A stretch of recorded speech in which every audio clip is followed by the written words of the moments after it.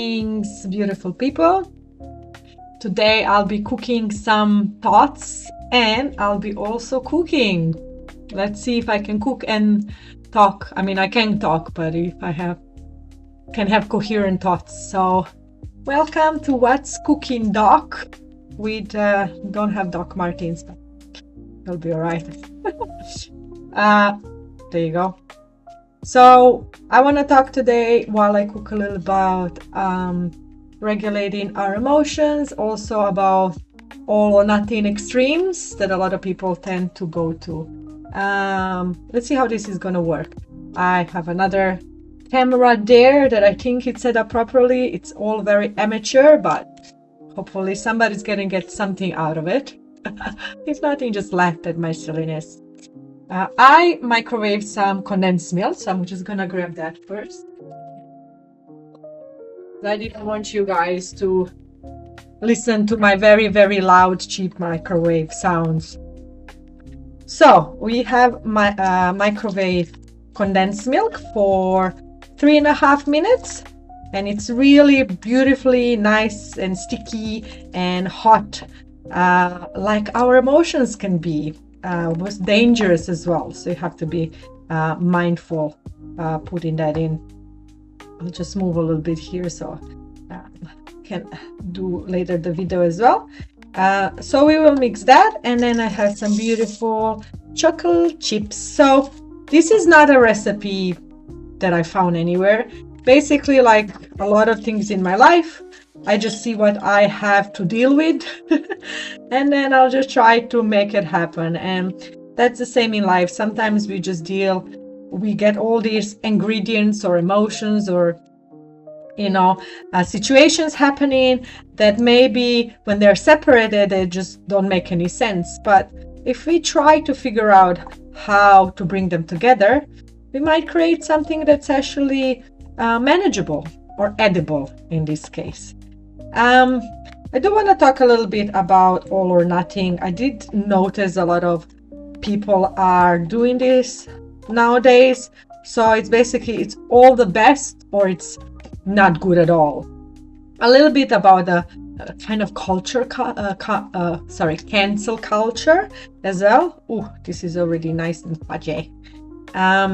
So like, for example, people are admiring somebody, they like what they're doing, what they're saying, they kind of can associate with them or relate with them, and then that one person is going to do one thing that they don't like, and it's going to be immediately canceled. All the other things they admire, all the other things they took out of that relationship or out of that interaction, and they're just going to cancel all the other good things. It's like me having all these beautiful ingredients and then suddenly being like, oh, but I don't have the right chocolate, and now everything's ruined, right? That's all or nothing. It has to be all perfect or it's all bad.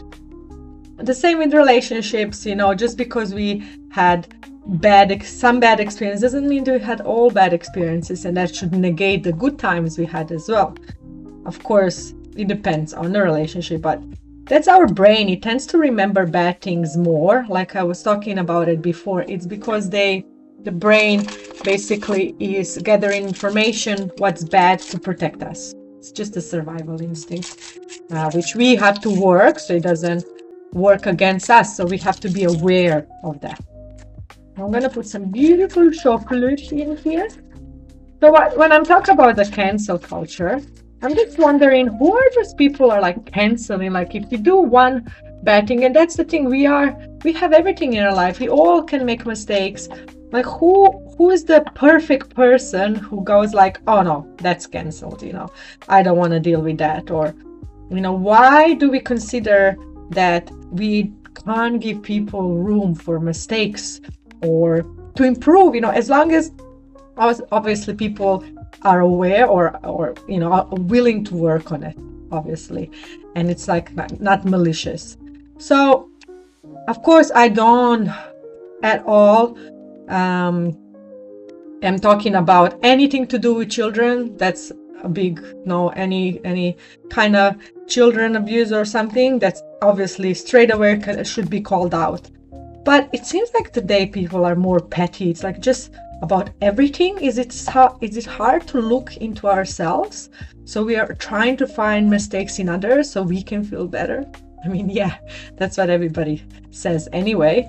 But it's why did it become so popular? How or why did it become so acceptable to just cancel everyone all the time, even without understanding where that person is coming from? Is it like a different culture, different upbringing?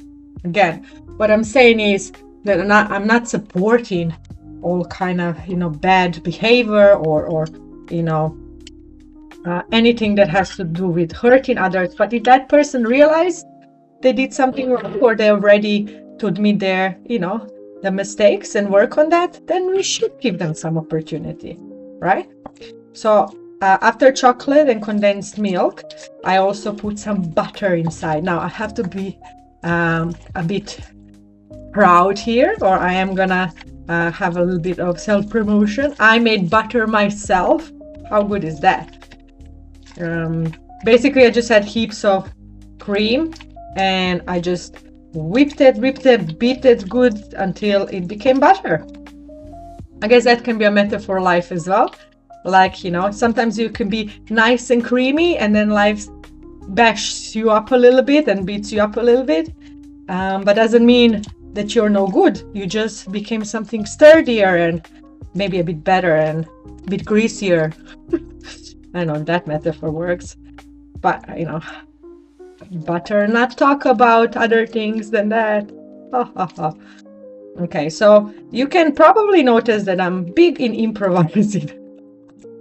Maybe let's see how is that. I don't even know if this is film. So this is a nice, beautiful, gooey, I would say fudge for now. So who doesn't like a fudge? Fudge you, everyone, in a good way. I want to be fudged every day. I'm already rhyming. Yeah, it's a bit hard. But yeah, I think we should be a bit more forgiving. I don't want to sound, it's nothing to do with religion. It's nothing to do with, I don't know, being naive, of course. But let's just not be so extreme. Let's just not be, it has to be perfect, or it has to be all good, or it doesn't work. That's not the way it works anyway.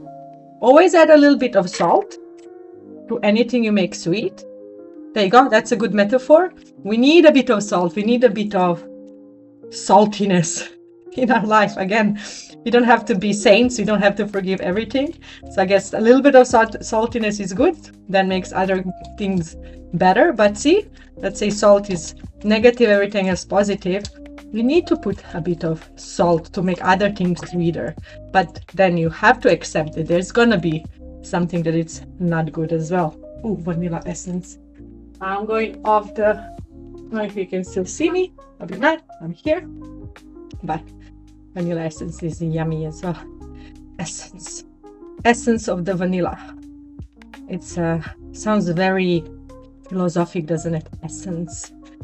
So I guess the essence of this video is, let's just be a little more understanding of people who do make mistakes. And it is on us also to accept that people are having different views and are having different thoughts. So this is beautiful fudgy, as you can see. Now I'm gonna add, just because I have it and because I like to experiment and put weird things, like me, weird and potentially good, potentially tasteful.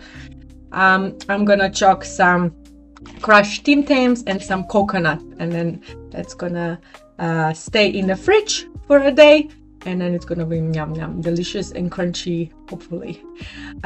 If not, then you have a video of what not to do when you have those ingredients, which is also helpful. But I'm gonna wish you all a cooking goodbye. I'm not gonna eat it yet. Maybe later I'll pick out. But yeah, come on, I'm just gonna say, let's be more understanding towards each other. That's it. And towards us. Always love yourself. Ooh, coconut. Did you know that coconut is not a nut? It's a cocoa fruit. Coconut is not a nut. It's a cocoa fruit. Well, let's see how this is. Auf Wiedersehen. Ciao.